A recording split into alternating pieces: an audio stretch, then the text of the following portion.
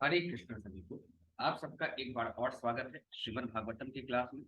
तो लगभग हम चैप्टर नंबर 2 तक कर चुके थे, कैंटो 6 तक। यानी आज से कैंटो 6 का चैप्टर नंबर 3 आज से स्टार्ट हो रहा है, जिसका शीर्षक है यमराज द्वारा अपने दूतों का आदेश। लेकिन इसको प्रारंभ करने से पहले हम भगवान श्री कृष्ण की प्रार्थना करेंगे। तो सभी लोग अपने दोनों हाथों को जोड़ लें। अब भगवान श्री कृष्ण से प्रार्थना करें।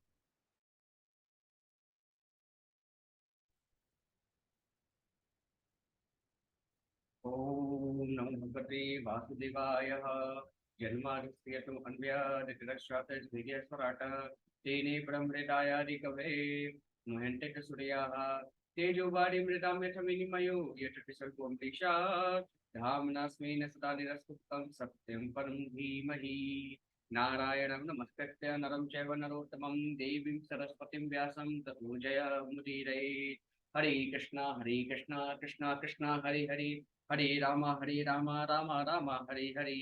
हरे कृष्णा। अब हम चैप्टर नंबर 3 स्टार्ट करेंगे, जिसका शीर्षक है यमराज द्वारा अपने दूतों का आदेश। श्रीला प्रभुपाद जी की जय। श्रीला प्रभुपाद द्वारा तात्पर्य। जैसा कि इस अध्याय में बतलाया गया है, यमदूत यमराज के पास पहुंचे तो यमराज ने विस्तार से भागवत धर्म अर्थात भक्ति के धार्मिक नियमों की व्याख्या की। इस तरह यमराज ने उन यमदूतों को संतुष्ट किया जो अत्यधिक निराश हो गए थे। यमराज ने कहा, यद्यपि अजामिल अपने पुत्र पुकार रहा था, किंतु उसने भगवान नारायण के नाम का उच्चारण किया और नाम उच्चारण की झलक मात्र से उसने विष्णु दूतों की तुरंत ही संगति मिल गई, जिन्होंने उसे तुम्हारे द्वारा बंदी बनाए जाने के प्रयास से बचा लिया। यह बिल्कुल ठीक है।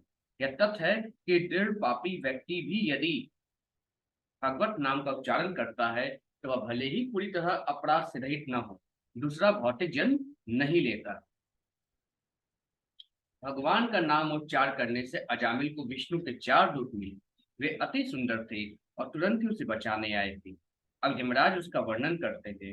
ये सभी विष्णु दूत उन भगवान के शुद्ध भक्त होते हैं, जो इस विराट जगत के सृजन, पालन तथा संहार से संबंधित परम पुरुष हैं।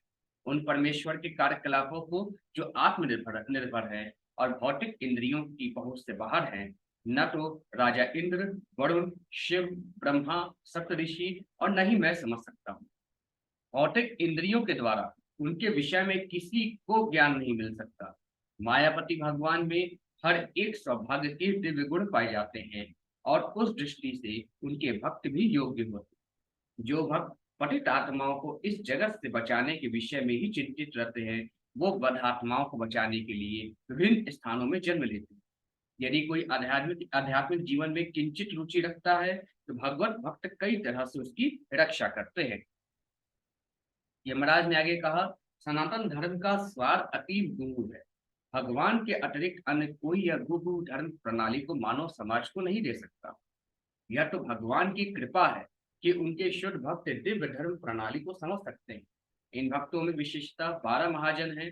ब्रह्मा, नारद मुनि, शिव, चारु कुमार, कपिल, मनु, प्रहलाद, जनक, ऋषि, बलि, सुखदेव गोस्वामी तथा मैं। जैमिनी के नेतृत्व अन्य विद्वान पंडित इत्यादि प्रायः माया द्वारा प्रसन्न रहते हैं। इसलिए वे त्रयी कहे जाने वाले तीनों वेदों ऋग, यजुर तथा साम की अलंकारमयी भाषा के प्रति न्यूनाधिक आकृष्ट होते हैं। इन तीनों वेदों के अलंकारमय शब्दों द्वारा मोहित लोग शुद्ध भक्त बनने के बजाय वैदिक कर्म कांडों में रुचि दिखला। वे भगवत नाम कीर्तन की महिमा को नहीं समझ सकते, किंतु बुद्धिमान लोग भगवान की भक्ति ग्रहण करते हैं। जब वे निरपराध भगवत नाम का कीर्तन करते हैं तो वे मेरे आदेशों के अधीन नहीं रहते। यदि संयोगवश वे कोई पाप कर्म करते भी हैं तो वे भगवत नाम के द्वारा रक्षित होते हैं, क्योंकि इसी में उनका स्वार्थ है। भगवान के चारों अस्त्र विशेषतया गदा तथा सुदर्शन चक्र भक्तों की सदा रक्षा करता है। जो छल कपट से रहित होकर भगवत नाम का कीर्तन करता है, श्रवण करता है या स्मरण करता है, या जो भगवान की स्तुति करता है या उन्हें नमस्कार करता है, वह सिद्ध बन जाता है। जबकि भक्ति विहीन विद्यमान व्यक्ति ही नरक में बुलाया जा सकता है। जब यमराज भगवान तथा उनके भक्तों की महिमा का इस प्रकार वर्णन कर चुके तो सुखदेव गोस्वामी ने नाम जप की शक्ति तथा प्रायश्चित के लिए वैदिक कर्म कांड एवं पुण्य कर्म करने की व्यर्थता के विषय में आगे व्याख्या की। अब यहाँ पे राजा परीक्षित सुखदेव गोस्वामी से प्रश्न करते श्रीराजोवाच निशम्य देवः सभटो पवर्णितं प्रत्याह किं तानपि धर्मराजः एवं हताज्ञो विहतान् मुरारे नैम ऋषिकैरस्य वसे जनु अयम्। अब यहाँ पे राजा परीक्षित ने कहा, हे प्रभु, हे सुखदेव गोस्वामी, यमराज सारे जीव के धार्मिक तथा अधार्मिक कार्यों के नियंत्रक हैं, लेकिन उनका आदेश व्यर्थ कर दिया गया जब उनके सेवकों अर्थात यमदूतों ने उनसे विष्णु दूत द्वारा अपनी पराजय की जानकारी दी, जिन्होंने उन्हें अजामिल को बंदी बनाने से रोका था। तो यमराज ने उत्तर क्या दिया, कृपया ये मुझे बतलाएं। आगे राजा परीक्षित कहते हैं, यम अस्य देवस्य न दंडभंग कुटश्चर्णश्लेषु पूर्व आसीत इतन्मुने विश्वश्चति लोक संशयं न हि तवदन्य इति मे विनिश्चितम्। अब यहाँ पे महाराज परीक्षित आगे प्रश्न करते हैं, हे महर्षि, इसके पूर्व यह कहीं भी सुनाई नहीं पड़ा कि यमराज के आदेश का उल्लंघन हुआ हो, इसलिए मैं सोचता हूँ कि लोगों को इस पर संदेह होगा जिसका उन्मूलन अन्य कोई नहीं अपितु तो आप ही कर सकते हैं। क्योंकि ऐसी मेरी दृढ़ धारणा है, इसलिए कृपा करके इन घटनाओं के कारणों की व्याख्या करें। अब आगे सुखदेव गोस्वामी कहते हैं, श्री सुकुवाच भगवत पुरुषे राजन्या अम्यः प्रतिहतो अद्य महा पतिं विज्ञापयामामुसु प्रियमं संयम निपतिम। अब सुखदेव गोस्वामी जी कहते हैं आगे, हे राजन, जब यमराज के दूत विष्णु दूतों द्वारा चकरा दिए गए और पराजित कर दिए गए, तो वे अपने स्वामी संयमनी पुरी के नियंत्रक तथा पापी पुरुषों के स्वामी महाराज यमराज के पास इस घटना को बताने पहुंचे। यमदूत किस प्रकार आगे बोलते हैं, यमदूतः उचुहु कति सन्ति शास्तारो जीवलोकस्य वै प्रभो त्रैविध्यं कुर्वतः कर्मफला भुवे व्यक्ति हेतवः। अब यहाँ पे यमदूतों ने कहा, हे प्रभु, इस भौतिक जगत में कितने नियंत्रक और शासक हैं। प्रकृति के तीन गुण सतो रजो तथा तमो गुणों के अधीन संपन्न कर्मों के विविध फलों को प्रकट करने के लिए कितने कारण उत्तरदायी हैं। ये यमदूत ने कहा प्रभु श्री यमराज श्री से। फिर आगे यमदूत कहते हैं, यदि सयु बृहवो लोके शास्तारो दंडधारिणः कस्य सयातां न वा कस्य मृत्यु पश्चामृतमेव वा। अब यमदूत कहते हैं, यदि इस ब्रह्मांड में अनेक शासक तथा न्याय करता है जो दंड तथा पुरस्कार के विषय में मतभेद रखते हो, तो उनके विरोधी कार्य एक दूसरे को प्रभावहीन कर देंगे और न तो कोई दंडित होगा न पुरस्कृत होगा। अन्यथा यदि उनके विरोधी कार्य एक दूसरे को प्रभावहीन नहीं कर पाते, तो हर एक को दंड तथा पुरस्कार दोनों ही देने होंगे। फिर आगे यमदूत कहते हैं, किंतु शास्त्री बहुत्वयि स्याद्व बहुनामिह कर्मिणाम शास्त्री अत्वमुपचारो हि यथा मंडलवर्तिनाम। अब आगे यमदूत कहते हैं, चूंकि कर्मी अनेक हैं, अतएव उनके न्याय करने वाले निर्णायक या शासक भिन्न भिन्न हो सकते हैं, किंतु जिस तरह एक केंद्रीय सम्राट विभिन्न विभागीय शासकों को नियंत्रित करता है, उसी तरह सारे निर्णायकों के मार्गदर्शन हेतु एक परम नियंता होना चाहिए। फिर आगे यमदूत कहते हैं, अतस्त्वमेको भूतानां शेश्वरानामधीश्वरः शास्ता दंडधरो नृणां शुभाशुभ विवेचनः। अब आगे जो है यमदूत कहते हैं, परम निर्णायक तो एक ही होना चाहिए, अनेक नहीं। हम तो यही समझते थे कि आप परम निर्णायक हैं और आपका देवताओं पर भी अधिकार है। हमारी यह धारणा थी कि आप सारे जीवों के स्वामी हैं, जो सारे मनुष्यों के शुभ तथा अशुभ कर्मों में भेदभाव करते हैं। फिर आगे यमदूत कहते हैं, तस्यते विहितो दंडो न लोके वर्तते अधुना चतुभिर अद्भुतैः सिद्धैराज्ञाते विप्रलंबिता।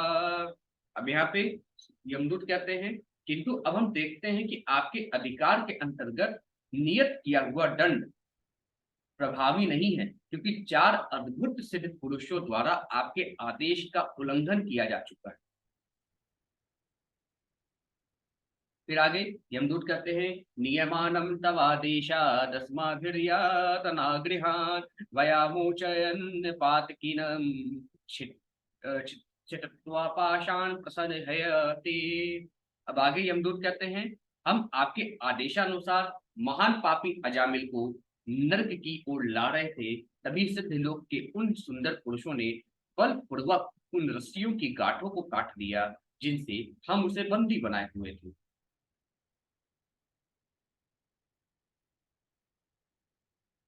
फिर आगे यमदूत कहते हैं, तामसते वेदी दूमिक्षामौ यदि नो मन्यसे क्षमं नारायणेतयभिहिते मा भैरी अत्याय युद्धम। अब यहाँ पे जो है यमदूत कहते हैं आगे, ज्यों ही पापी अजामिल ने नारायण नाम का उच्चारण किया, ये चारों सुंदर व्यक्ति तुरंत वहां आ गए और यह कहकर उसे पुनः आश्वस्त किया, डरो मत, मत डरो, हम आपसे उनके विषय में जानना चाहते हैं। यदि आप यह सोचते हैं कि हम उनके विषय में जान सकते हैं तो कृपया करके बताइए वे कौन है। अब यहाँ पे सुखदेव गोस्वामी कहते हैं, श्री बादारायणीर्वाच इति देवः स आपृष्टः प्रजा संयमनो यमः प्रीतः स्वदूतान् प्रत्यायः स्मरन् पादाम्बुजं हरे। अब यहाँ पे सुखदेव गोस्वामी कहते हैं, इस प्रकार पूछे जाने पर जीवों के परम नियंता यमराज अपने दूतों से नारायण का पवित्र नाम सुनकर उन पर परम प्रसन्न हुए। उन्होंने भगवान के चरण कमलों का स्मरण किया और उत्तर देना प्रारंभ किया। अब यहाँ पे यमराज बोलते हैं, यम उवाच परो मदन्यो जगत अस्त अस्तु अश्च ऊटम प्रोटम पटव अध्यत्र विश्वम इदं सतौ अस्य इति जन्मनाशा नस्यूत वध्यस्य वशी च लोकः। अब यहाँ पे यमराज क्या कहते हैं, मेरे प्रिय सेवकों, तुम लोगों ने मुझे सर्वोच्च स्वीकार किया है, किंतु मैं वास्तव में सर्वोच्च हूं ही नहीं। मेरे ऊपर तथा इंद्र एवं चंद्र समेत अन्य सारे देवताओं के ऊपर एक परम स्वामी तथा नियंता है। उनके आंशिक स्वरूप ब्रह्मा, विष्णु तथा शिव हैं, जो ब्रह्मांड के सृष्टि, पालन एवं संहार के भार को संभालते हैं। वे उन दो धागों के तुल्य हैं जो बुने हुए वस्त्र की लंबाई तथा चौड़ाई या ताने बाने का निर्माण करते हैं। संपूर्ण जगत उनके द्वारा उसी तरह नियंत्रित होता है जिस तरह एक बैल अपने नाक की रस्सी द्वारा नियंत्रित होता है। अब आगे यमराज कहते हैं, यो नाम अभिवाची जनम निजाया बधनाति तंत्र यामी वदाम भिड़कः यस्मै बलिं न त इमे नाम कर्म निबंध बद्धा अश्चकिता बहंती। अब यहाँ पे यमराज जी आगे कहते हैं, जिस तरह बैलगाड़ी का चालक अपने बैलों को वश में करने के लिए उनके नथुनों से निकालकर रस्सियां बांध देता है, उसी तरह पूर्ण पुरुषोत्तम भगवान सारे व्यक्तियों को वेदों में कहे अपने वचनों रूपी रस्सियों नाथ के द्वारा बांधते हैं, जो मानव समाज के विभिन्न वर्णों के नामों तथा कार्यों, ब्राह्मण, क्षत्रिय, वैश्य तथा शूद्र को निर्धारित करते हैं। इन वर्णों के लोग भयवश परम भगवान की पूजा अपने अपने कर्मों के अनुसार भेंटे अर्पित करते हुए करते हैं। फिर आगे यमराज जी कहते हैं, अहम महेंद्रो निरक्ति प्रचेता सोमो अग्निरिषः पावनौ विरि अंजि आदित्य विश्वे वसवाहु अथ साध्य मरुदगना रुद्रगणाः ससिद्धा अन्ये च ये विश्व सृजो अमरेशा भृगवादयो अश्य पृषप्तरजस्तमस्कः यस्ये इतं न विदुः स्पृष्टमायः ततत्व प्रधान अपि किं ततो अन्ये। अब यहाँ पे यमराज जी यमदूतों से आगे कहते हैं, मैं यमराज स्वर्ग का राजा इंद्र, निरिति, वरुण, चंद्र, अग्नि, शिव, पवन, ब्रह्मा, सूर्य, विश्वासु, आठवें वरुण, साध्यगण, मरुतगण, सिद्धगण तथा मरीचि एवं अन्य ऋषिगण जो ब्रह्मांड के विभागीय कार्यकर्ताओं को चलाने में लगे रहते हैं, बृहस्पति इत्यादि सर्वोत्तम देवतागण तथा भृगु आदि मुनिगण, ये सभी प्रकृति के दो निम्न गुणों रजो तथा तमो गुण के प्रभाव से निश्चित रूप से मुक्त होते हैं। फिर भी यद्यपि हम सतोगुणी हैं, तो भी हम पूर्ण पुरुषोत्तम भगवान के कार्यों को नहीं समझ सकते। तो फिर दूसरे के विषय में क्या कहा जाए, जो मोह के अधीन होने से ईश्वर को जानने के लिए केवल मानसिक ऊहापोह करते हो। फिर यमराज आगे कहते हैं, यम वैना गोभी मर्ण सासु भीर्वा हृदा गिरा वासु भृतो विच्छ क्षते आत्मानम अंतर्हृदय संत्यमात्मान मना चक्षुर्य है वा कृतज्ञ ततः परम। अब यहाँ पे जो है यमराज जी आगे कहते हैं, जिस तरह शरीर के विभिन्न अंग आंखों को नहीं देख सकते, उसी तरह सारे जीव परमेश्वर को नहीं देख सकते, जो हर एक के हृदय में परमात्मा के रूप में स्थित रहते हैं। न तो इंद्रियों से, न मन से, न प्राणवायु से, न हृदय के अंदर के विचारों से, न ही शब्दों की ध्वनि से जीवात्माएं परमेश्वर की असली स्थिति को निश्चित कर सकती हैं। फिर आगे यमराज जी करते हैं, तस्यात्मा तंत्रस्य हरिरधीशीतुः परस्य मायाधिपते मरहात्मनः प्रायेण दूत इह वे मनोहर अश्चरन्ति तद्रूपगुण अस्वभावः। यमराज जी आगे करते हैं, पूर्ण पुरुषोत्तम भगवान आत्मनिर्भर तथा पूरी तरीके से स्वतंत्र हैं। वे माया समेत हरेक के स्वामी हैं। वे रूप, गुण तथा स्वभाव से युक्त हैं, और इसी तरह उनके आदेश पालक अर्थात वैष्णव जो अत्यंत सुंदर होते हैं, उन्हीं जैसे ही शारीरिक स्वरूप, दिव्य गुण तथा दिव्य स्वभाव से युक्त होते हैं। वे इस जगत में पूर्ण स्वतंत्रता के साथ सदैव विचरण करते हैं। फिर आगे यमराज जी कहते हैं, भूतानि विष्णु सूर पूजितानि दुर्दर्श लिंगानि महाद्भुतानि रक्षन्ति तत्ते भक्ति मतः परिभ्यो मतश्च मर्त्यानथ सर्वतश्च। अब यहाँ पे जो है यमराज जी कहते हैं, भगवान विष्णु के दूत जिनकी पूजा देवता भी किया करते हैं, विष्णु जैसे ही अद्भुत शारीरिक लक्षणों से युक्त होते हैं और विरले ही दिखाई देते हैं। ये विष्णुदूत भगवत भक्तों की रक्षा उनके शत्रुओं, ईर्ष्यालु व्यक्तियों और मेरे अधिकार क्षेत्र के साथ ही साथ प्राकृतिक उत्पातों से भी करते हैं। फिर आगे यमराज जी कहते हैं, धर्मम तु साक्षात भगवत प्रणीतम न वै विदु विद्रु दशयो नापि देवः न सत्य मुख्य असुरा मनुष्यः कुटुनु विद्या चारणादयः। अब यहाँ पे यमराज जी कहते हैं, असली धार्मिक सिद्धांतों का निर्माण पूर्ण पुरुषोत्तम भगवान द्वारा किया जाता है। पूर्णतया सतोगुणी महान ऋषि तक भी जो सर्वोच्च लोक में स्थान पाए हुए हैं, वे भी असली धार्मिक सिद्धांतों को सुनिश्चित नहीं कर सकते। न ही देवतागण न सिद्ध लोक के नामक ही कर सकते हैं। तो असुरों समान मनुष्यों, विद्याधरों तथा चारणों की कौन कहे। फिर आगे यमराज जी कहते हैं, स्वयंभू नारद शंभु कुमार कपिलो मनु प्रहलादो जनको भीष्मो बलिवर्यास किर्वयम् द्वादशतो विजानीमो धर्मं भागवतं भटः गुह्यं विशुद्धं दुर्बुद्धं यं ज्ञात्वा मृतमश्नुते। अब आगे यमराज जी कहते हैं, ब्रह्मा जी, भगवान नारद, शिव जी, चार कुमार, भगवान कपिल, देव कुहूति के पुत्र, स्वयंभू मनु, प्रहलाद महाराज, जनक महाराज, भीष्म पितामह, बलि महाराज, सुखदेव गोस्वामी तथा मैं असली धर्म के सिद्धांत को जानने वाले हे सेवकों, यह अलौकिक धार्मिक सिद्धांत जो भागवत धर्म या परम भगवान की शरणागति तथा भगवत प्रेम कहलाता है, प्रकृति के तीनों गुणों से अकलुषित, यह अत्यंत गोपनीय है और समान मनुष्य के लिए दुर्बोध है। किंतु संयोगवश यदि कोई भाग्यवान इसे समझ लेता है, तो वह तुरंत मुक्त हो जाता है और इस तरह भगवत धाम लौट जाता है। अब आगे यमराज जी क्या करते हैं उसको हम कल देखेंगे। आज के लिए बस इतना ही। सभी को हरे कृष्णा।